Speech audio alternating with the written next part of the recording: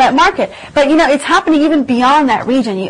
There's so many stories that are in the news now about how China is working with Venezuela, working with the Latin American countries, Australia. I mean, you think about what it's doing. It's really trying to establish its economic presence everywhere. Yeah. So India is not the only one that has woes with China. The U.S. For those that don't know, China owns $1 trillion of U.S. assets. So they basically own a lot of our debt. They basically can put us in a very, very awkward position financially if they choose to.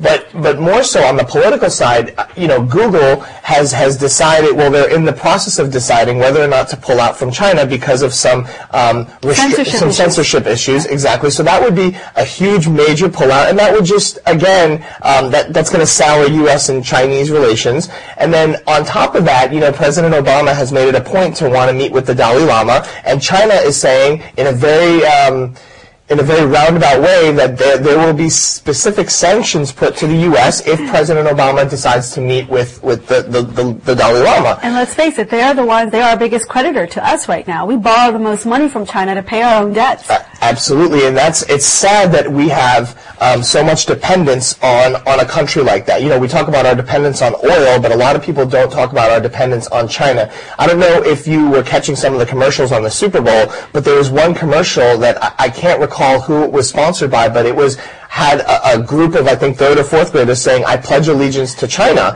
And that's a very, very strong message to put out there that, we are pledging our allegiance to China, because if we don't, our economy can completely go underwater.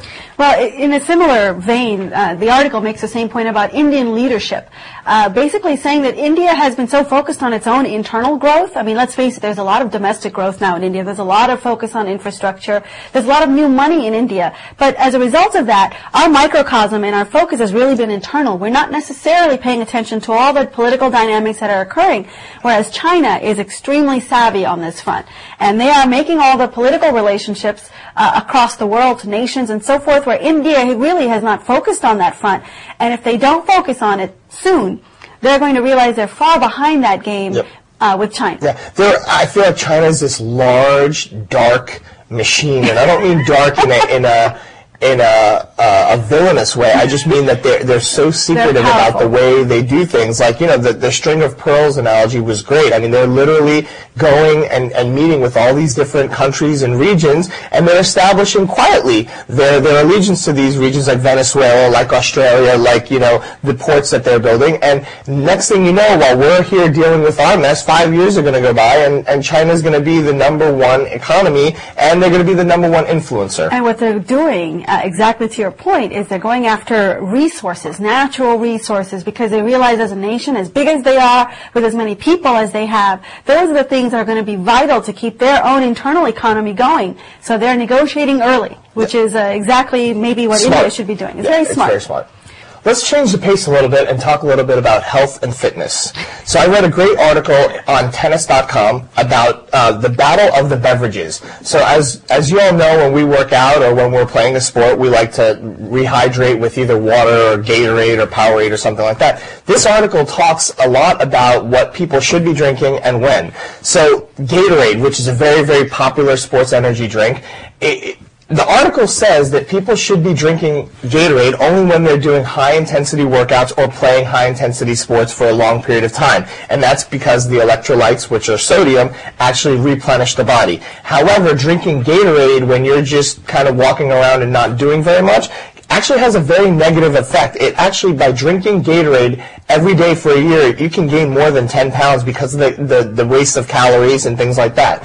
The other piece that's interesting is that the food coloring in Gatorade is worse than coffee and can stain your teeth. So for those of you out there that love Gatorade, be mindful of when you drink it, because it's not a drink meant to be drank when you're not working out or playing a high-intensity sport. So recently they've come out with some low-calorie versions like Powerade and Zero and Propel and Ultimate Replenisher. These are great drinks as well. Again, these are drinks that you can drink when you're just hanging out and kind of chilling. But if you're doing a high-intensity workout, these drinks may not be enough to replenish you. So depending on what you're doing, I mean, if you're at the gym and just doing a cool cardio workout, then these drinks are okay. If you're out playing a 3-hour tennis match, you may want to go with something like Gatorade. And then the last piece is water. Water is always good. Mineral water always replenishes. But again, if you're doing these high-intensity workouts, it may not be enough, especially on a hot summer day. Just to draw on what you're talking about, Time Magazine did an article on how to live longer. Now, we've done articles before on this subject, but there are some interesting things about this one that caught me by surprise. For example, did you know in our lifetimes, it will not be impossible to envision a 150-year-old person, basically extending our life range well beyond 100 years, all the way up to 150 years. In our lifetime, they're saying that a baby born in the U.S. today can realistically look forward to living to 100. Oh, my God. Realistically. But in our lifetimes, we can also expect that range to go all the way up to 150 years. Impressive. That can break our Social Security system. Well, exactly. Basically, living longer doesn't necessarily mean you'll always live a great life. I mean, in fact, you might be extending your years. May not be great years to live out, you know, especially if you're not well and you're sick a lot. But here's something that I didn't know. You know, genetics obviously plays a very large role in how long you will live and how healthy you will be. But did you know they are only responsible for 30% of that outcome? Wow. The remaining 70% really has to do with how you treat your body and whether you are disciplined about your diet and about exercise. Although scientists have found 2 substances in red wine, from grapes obviously, and in peanuts, which apparently slow the process of aging. So they're getting ever closer to actually isolating exactly what it is that keeps our cells from aging, or rather keeps them young. Aside from the medical science, though, there are a couple of simple things that you can do to make sure you live a little bit longer. First one, not a big surprise on the list, daily rigorous physical activity. Wow. Right? Very surprising.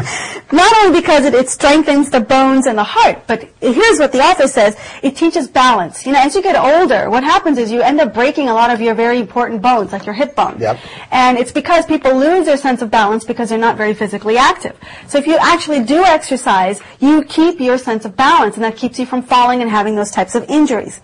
Here's something I didn't know, 15 minutes of sun every day. What they say about being in the sun is that it helps your body to create natural vitamin D. Now, of course, we're used to drinking milk, and we get our vitamin D that way, but the best kind of vitamin D is actually just naturally generated by your body.